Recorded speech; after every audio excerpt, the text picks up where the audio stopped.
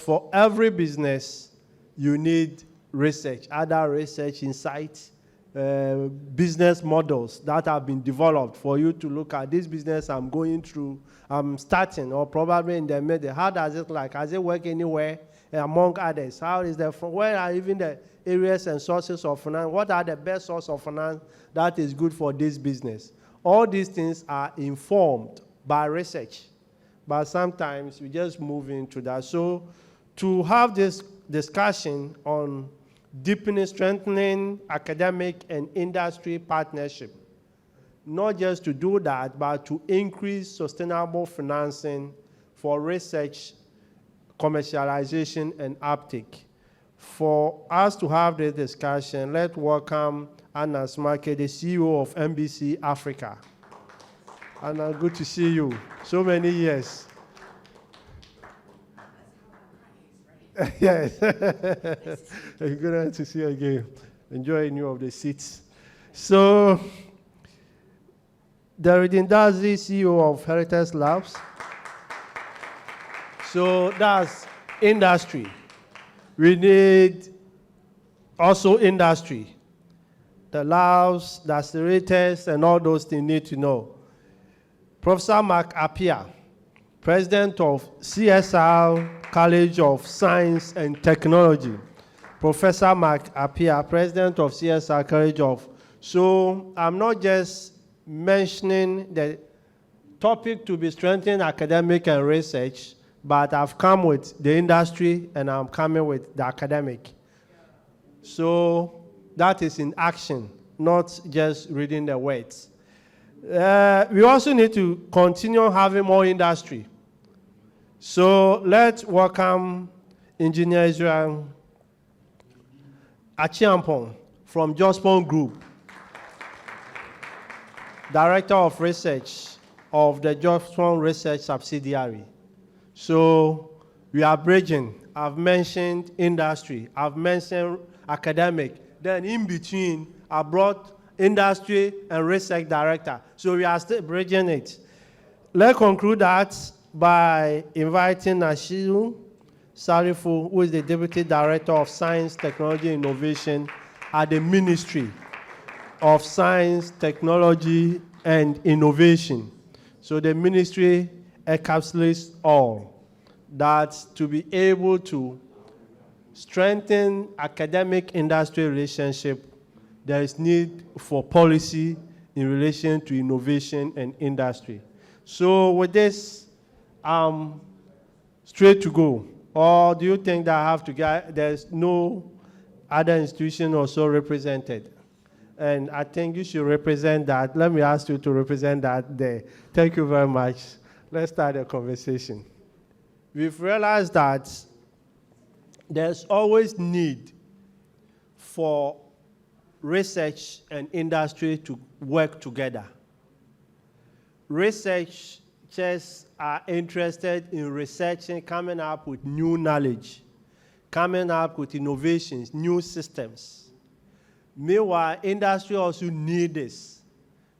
And I'm so excited that this conversation is not on bridging the gap, because I've had a lot of always bridging the gap. And good enough, the bridge has collapsed. So we are not bridging that gap between industry and academia. I'm happy that that bridge has collapsed. And we are now at partnership level, and rather strengthening that partnership. So don't have any, I don't want to hear any discussion again, bridging the gap between academia. The bridge has collapsed.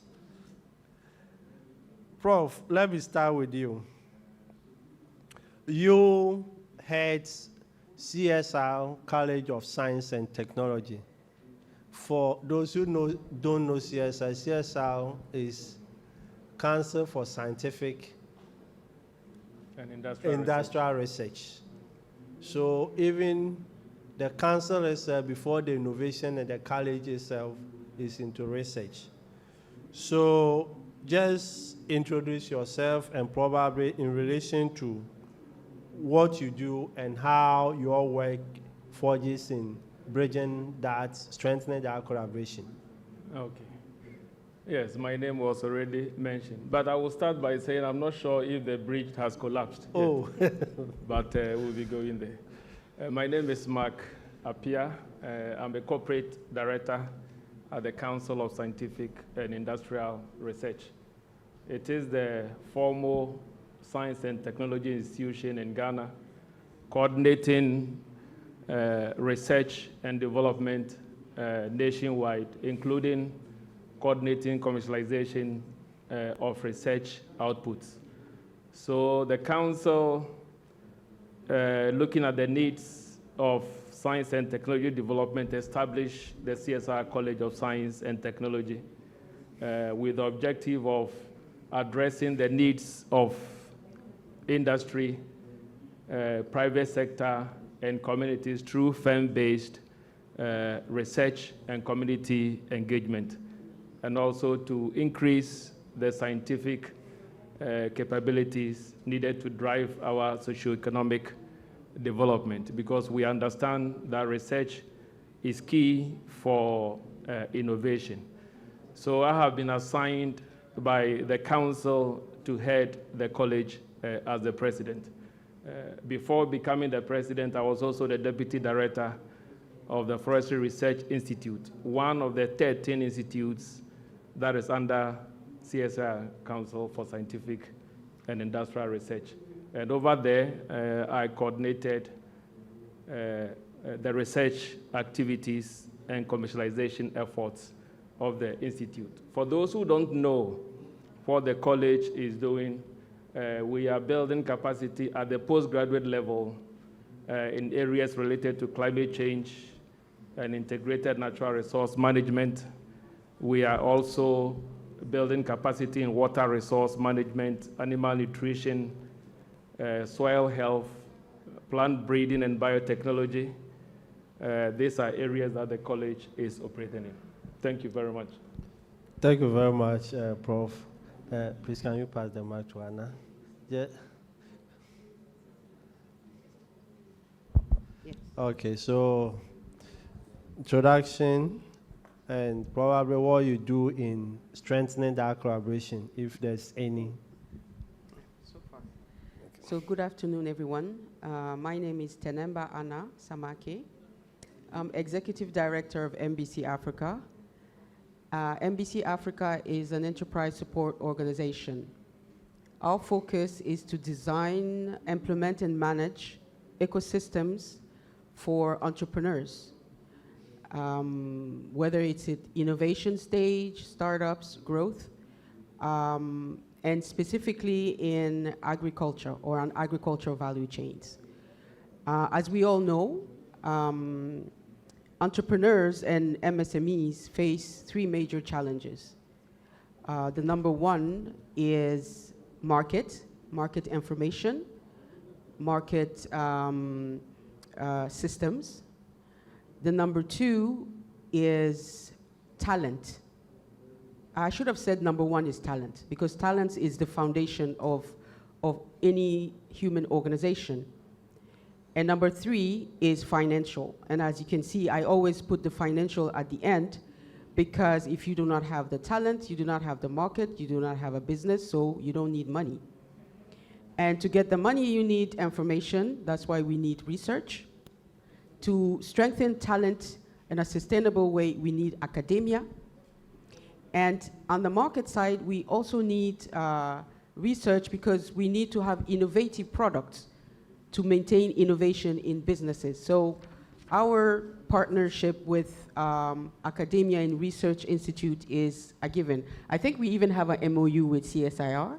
I have to check, yeah, for a specific program. We have one with Adedome Agriculture Technology Institution, yeah. And we're working on one with UDS, specifically on food innovation. So we are highly interested in any partnership we can get with Academia and Research Institute. It's most welcome. Thank you. Thank you. Israel? Hello. So good afternoon. Thank you very much for having me here. My name is Engineer Israel Echampong. I work with the Just Point Group of Companies. where I work with the research subsidiary that is known as African Environmental Sanitation Consult. Well, the Jospon Group started about 29 years ago, and over the space of 29 to 30 years, we've come up with about 60 companies working in about 6 different sectors of the economy. So we are in ICT, we are in the hospitality industry, and then we're also in the environmental and sanitation space, where we have Zoomlion being the flagship company. That's the company that most people know. Actually, the company started with R&D as a core department of whatever we are doing, because we realized that sanitation was a bit back if you look at where we were some years back. So R&D was actually at the core of whatever we did. And through R&D, we've been able to come up with these 60 companies that we are talking about. I mean, the CEO will always call you and ask you what is happening, what is new. So you are forced to study, you are forced to research and know what's happening in the space that you're working in. And in doing this, we came up with certain concepts along the line. One key one is what we call the research associates, where we have MOUs with almost all the public universities that we have in the country. So in that case, in every region, we're able to scan the country, do certain research, because we believe that most of these public universities have expertise in there, and that is one thing that we have been doing. And we also understand that we are in a dynamic market, so market research is key to us, and we also partner the well-known marketing professionals around to make sure that at every time we know the products and services that we are taking into the market, and we understand the market, especially the people who actually consume our products or our services. And also, we've also been looking at the sustainability space, because we believe it's very, very important. And after about 8 years of research into this area, last year at COP28, that's the Conference of Parties, we're able to obtain carbon credits from the Swiss government. That is going to give us close to $20 million over the next 10 years. So these are some of the things that we have been doing, and we've always have this partnership with academia to ensure that this is done well. My personal testimony is that I started Zoomlion in 2010, just like with just a first degree. But over time, currently as I speak to you, I am taking my PhD at KNUST, and that tells you how capacity building is important, because you need the people. If you don't have the right people, you will have a problem. And the company's mission is to improve the lives of people. And if you want to improve the lives of the people, you need to know them, you need to understand their challenges. And they want to do this and do it better. I think I'll end it here for the next presentation. Great. Nashiro. Right. Thank you very much. My name is Deridin Daze, and I work with a company called Heritage Labs.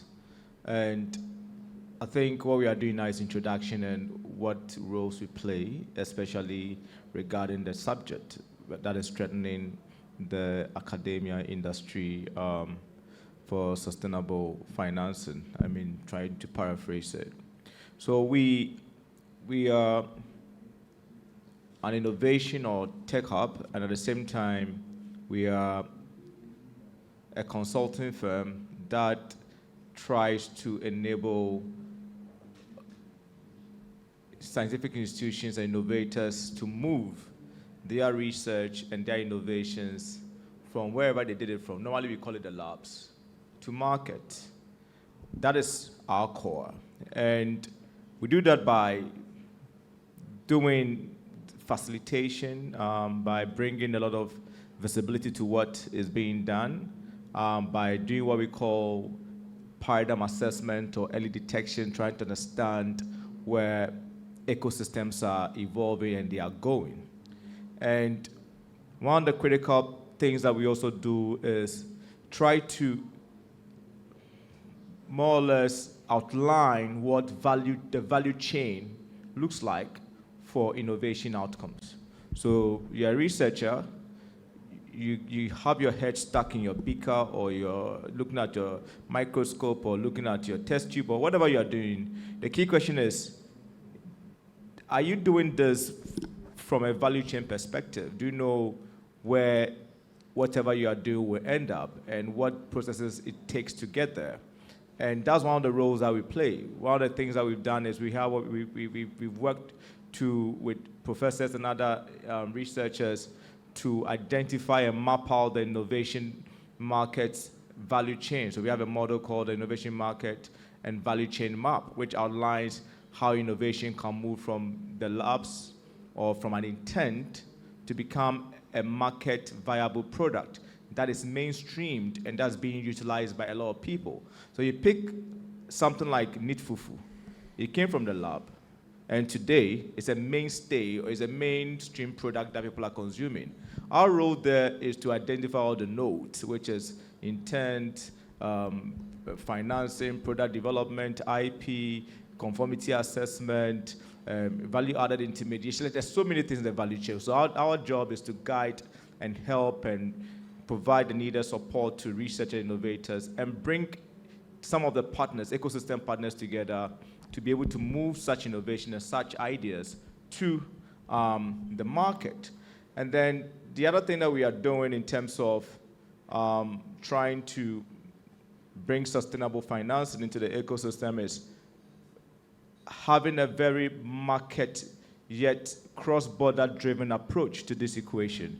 So we are saying that, look, in Ghana, yes, we have challenges, but some of the challenges, some of the solutions don't necessarily live only in Ghana, don't reside in Ghana. Some of the solutions could be in another country, could be in Tanzania, could be in Rwanda, could be in Kenya, could be in the UK, could be anywhere else. So another thing that we are trying to do is to create the enablement for research institutions and innovators to be able to cross borders to find solutions to some of their research problems. So these are some of the things that we are doing, and maybe during the conversation, some of these, I'll bring out some of these things more. Thank you. Thank you very much. Wonderful. Nasiru? Thank you very much, and good afternoon to our participants. Yeah, so from MESTI, I would say we are the principal advisor to the government of Ghana when it comes to innovation. And so we do so through the development of policies, both at the local level, the regional level, and sometimes global level. What we are also supposed to do is to provide the enabling conditions for innovation. And by so doing, issues of research and development is very critical. Obviously, we don't do research and development directly as a ministry, but research and development funding has always been the major responsibility of every ministry responsible for science, technology, and innovation. Human capital, skills, and talents is very critical because at the core of innovation is the skills and talents you need. For instance, if you are in a particular industrial revolution, like we are in the 4th industrial revolution, there are certain skills mix if you don't have, you can't compete. And so we are interested in policies that shapes the kind of skills and talents we build in a country. Infrastructure is very key. Research and development happens in a particular environment. Infrastructure is very key. Having ultramodern laboratories and other hubs, maker spaces are very critical to that. So as a ministry, these are some of the things we do. And one of the things I think I need to add is partnerships. We easily have partnership with other countries. For instance, the ministry has partnership with the UK government. It has a partnership with South Korea and so many other countries that we are working with. And we do all this just to create the enabling environment for innovation to thrive in Ghana. Thank you. Thank you very much. I think the introduction alone indicates that there's strong partnership between academia and industry. And you could even see inter-partnership even within the same panels. So, Prof, let me start with you. CSR is into innovation and all those, getting research. Can you share with us some of the research that you have done and how you share that with the stakeholders in the industry? Maybe just in about 2 minutes. Okay. Some 1 or 2 research that CSR has come out and how you share that with the industry practitioners. Thank you very much. CSR has actually developed a lot of technologies, but I want to talk mostly those that relates to the area of agric and forestry. I'm not sure if you are even aware that Animal Research Institute, for instance, has developed broilers that are resistant to diseases, that are fast growing, but these are research products that we are still not even utilizing. When you come to crop research institutes, they've developed rice varieties, they've developed maize varieties that are actually resistant to diseases and even can respond well in these times that we have climate change and all these issues that are popping up relating to the climate variability. So the council actually has done a lot of this type of research. The way we engage with the communities and industry is that, which I think we should be doing, is that we have to engage the industry from the early stages of the project inception. That is what we've been doing as researchers. And that is how we are even training our students to be approaching, addressing the needs of the industry. Because when you start with the involving the industries at the initial stages of the project conception, they buy into the ideas, and your research also aligns with their needs. In that case, they become co-creators of your research output, and they will be able to use it. I also want to say that when it comes to innovation and industry collaboration, we are lacking because we still don't see the value of research, even though we talk about it all the time. I always use this analogy that we are trying to build up a story building. Our focus is just the structures that we lift up, forgetting the foundation. All developed countries, all the products we see are products of research. There is investment that needs to go in there. Even if we are building the foundation, sometimes it's even more costly than just lifting the roof up. So with all the businessmen here, I think we should do our best to invest in research because we are still missing that gap. I was very happy when you said that perhaps we should have had a joint session when it comes to the research, because it is very important that those who are taking up the businesses will understand that research is necessary. Otherwise, you will build up the business and it collapses because there is no foundation for that. Today, the timber industry has collapsed because there was no research into how they restore the resources for use in future. So we don't have timber companies as it was many years ago. I think the time is limited, so we may have to be cutting down on this, but we have to invest in research. Yes. Thank you very much. So CSR shares that with industry. Good. Anna, can you, now that we know CSR I didn't even know that they have developed a poultry, broiler resistant and all those new things. You can't imagine. I saw some things at CSR. It's incredible. Oh, okay. Okay. So that's why we are here to deepen and strengthen that collaboration. So can you share with us what some capacity initiative that MBC and your group have taken, and probably do you look at some of the researches and the things that have been done for them to get to know, especially when you go to the north and some of the rural areas where you have your clients?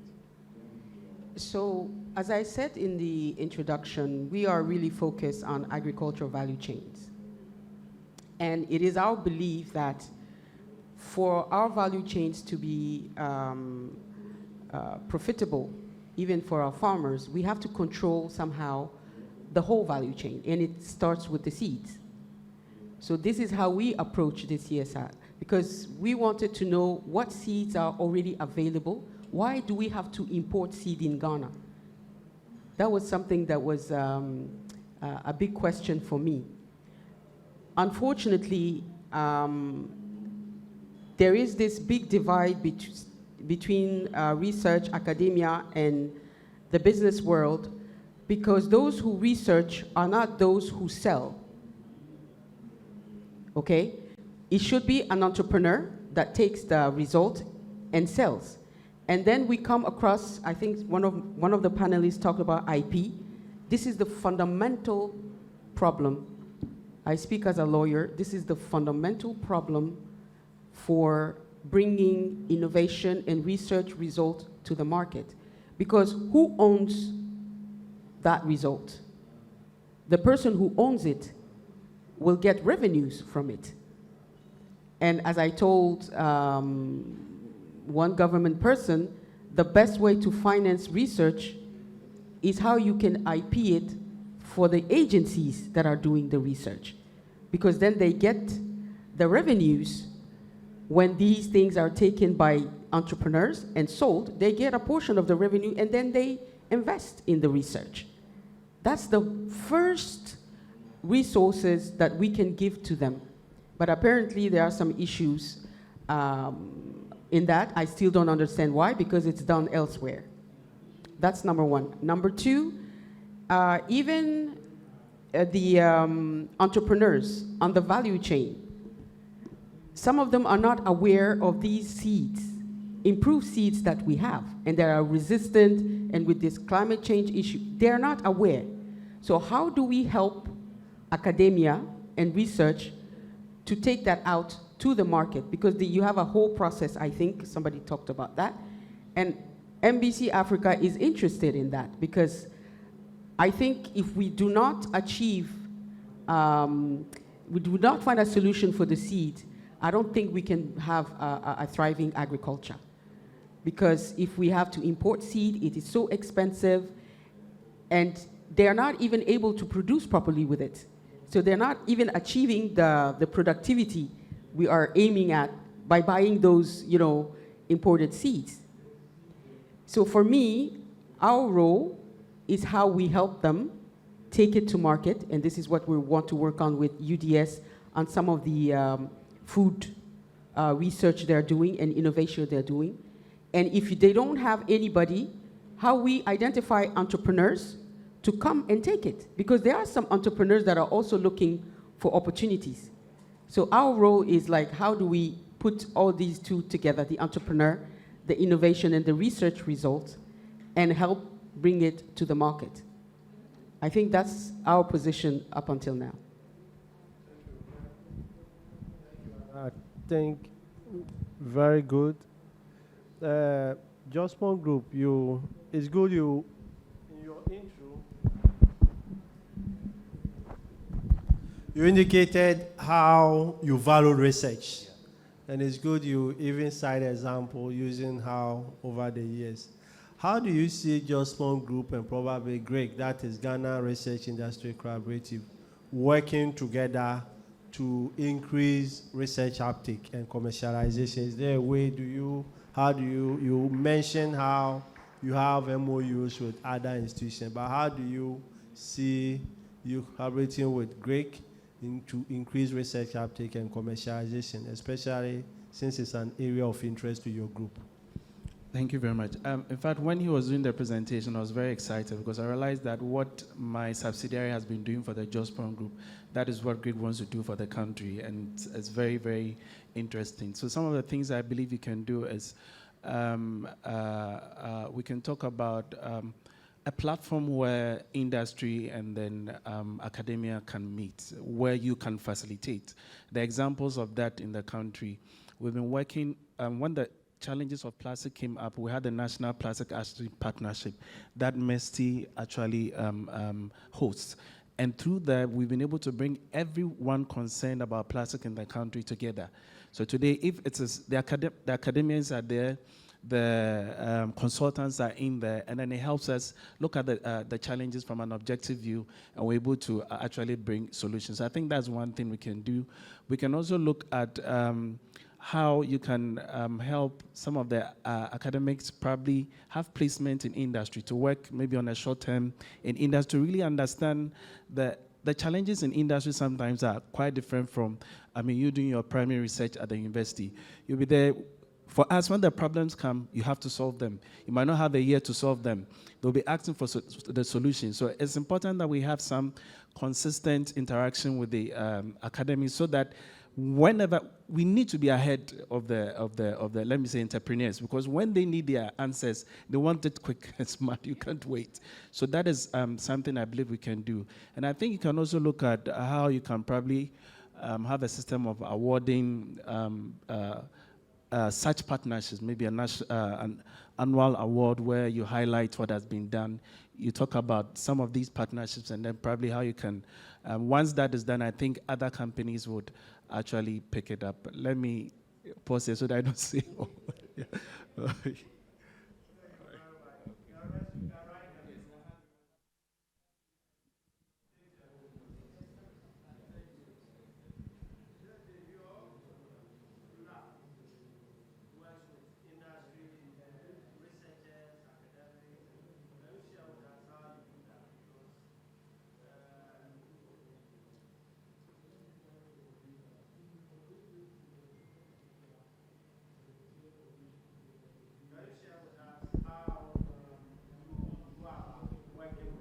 researchers and industry and academics to be able to move from lab to the market and get this thing done? Right.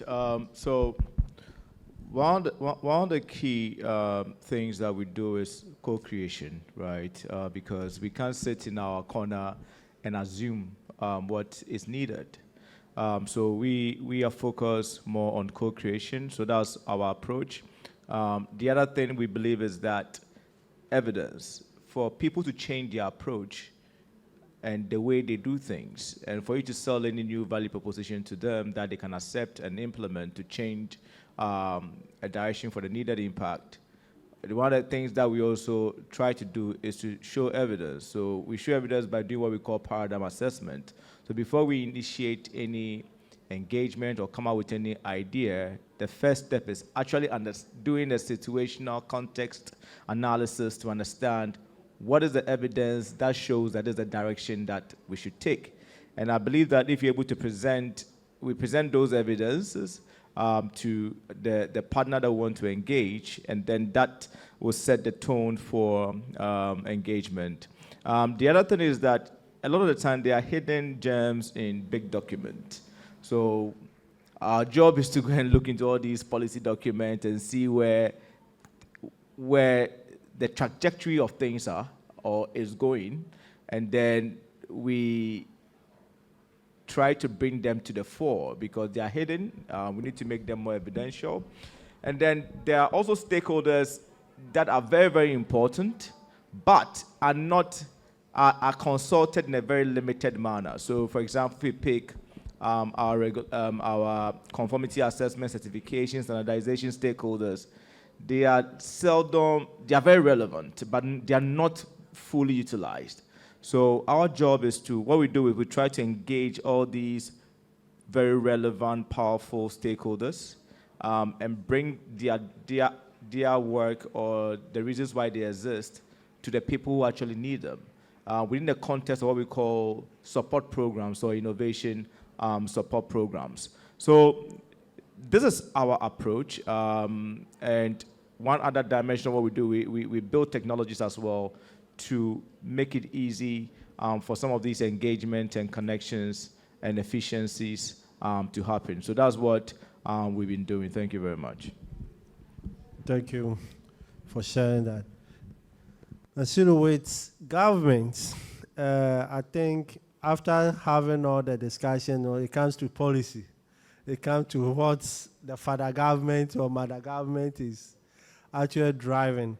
So are there policies that your ministry have in actually strengthening collaboration between research, academia, and industry? And if so, in what way do you think what GRIC does can amplify that?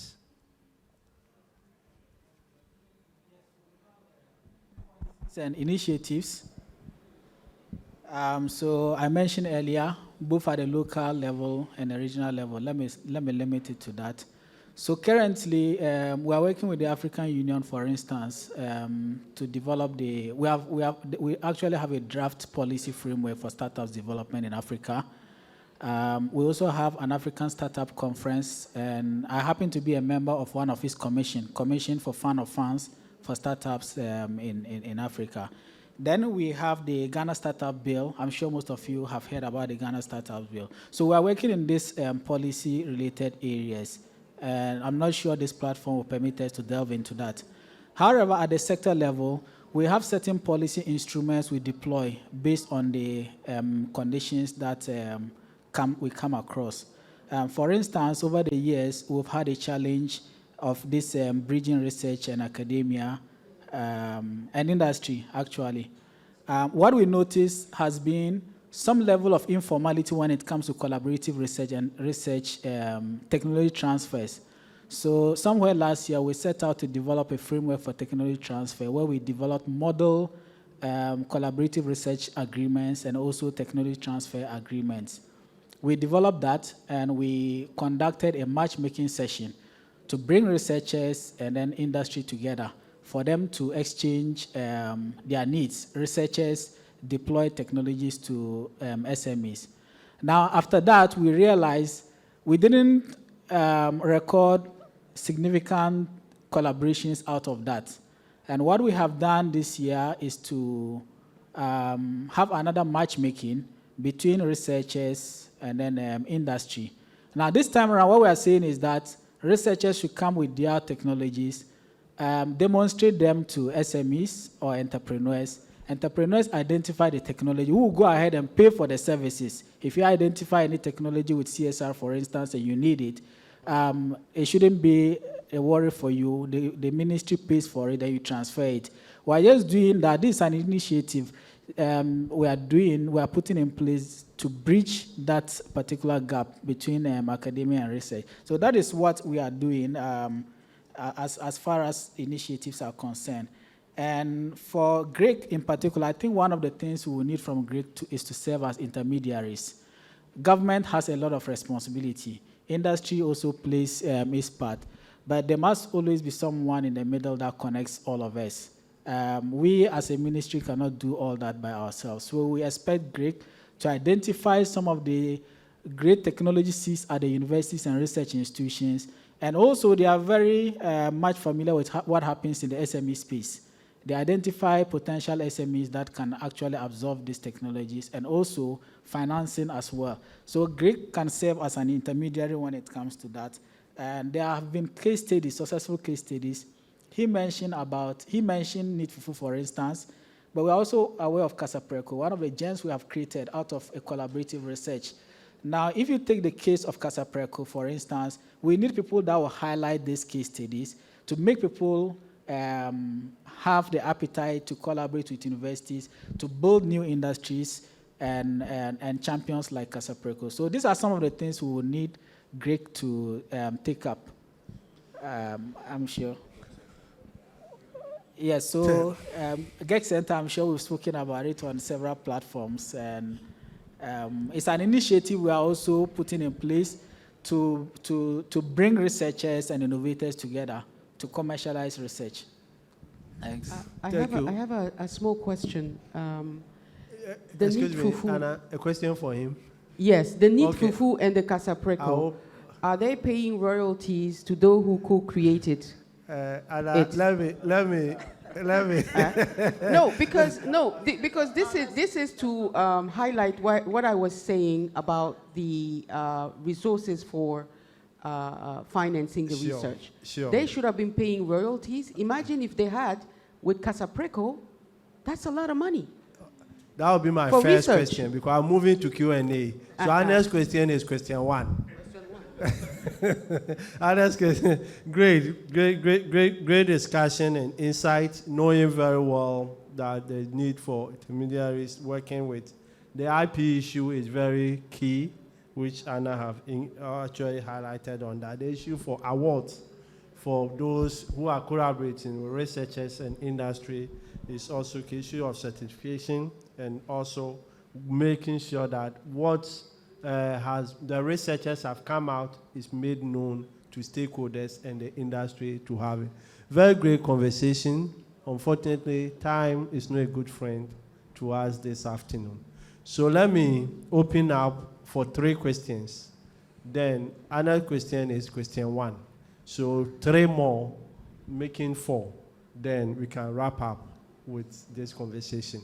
So as you are about to ask your question, the industry guys, if you have any research need, just pick the sheets, your notepad, and write it so that jurors will take up those research needs. We want to practicalize what we have done. So bring your research needs so that it will be highlighted. It will be given to the researchers to go and provide answers for those research needs. Any question? Okay. Anna's question, who will provide the answer? The ministry? Okay. Yeah, so first of all, when I began my submissions, I said there has been recorded cases of informality and technology transfer and collaborative research. Most of these things happens because when you are collaborating in research, you need to have agreements. Every research comes with 2 outputs, either a publication or a patent, and that is where the IP issue comes in. Now, in instances where you don't have the IP, you can have other instruments. Sometimes the agreements you sign can regulate your relationships. Okay. Most of these things didn't happen, and so Okay. for that matter, you don't have have these royalties. Okay. And that is one of the things we are trying to correct with the model agreements. Thank you very much. And on that note, unfortunately, let's give them a hand, and you can continue asking your questions when we get out of here. Thank you.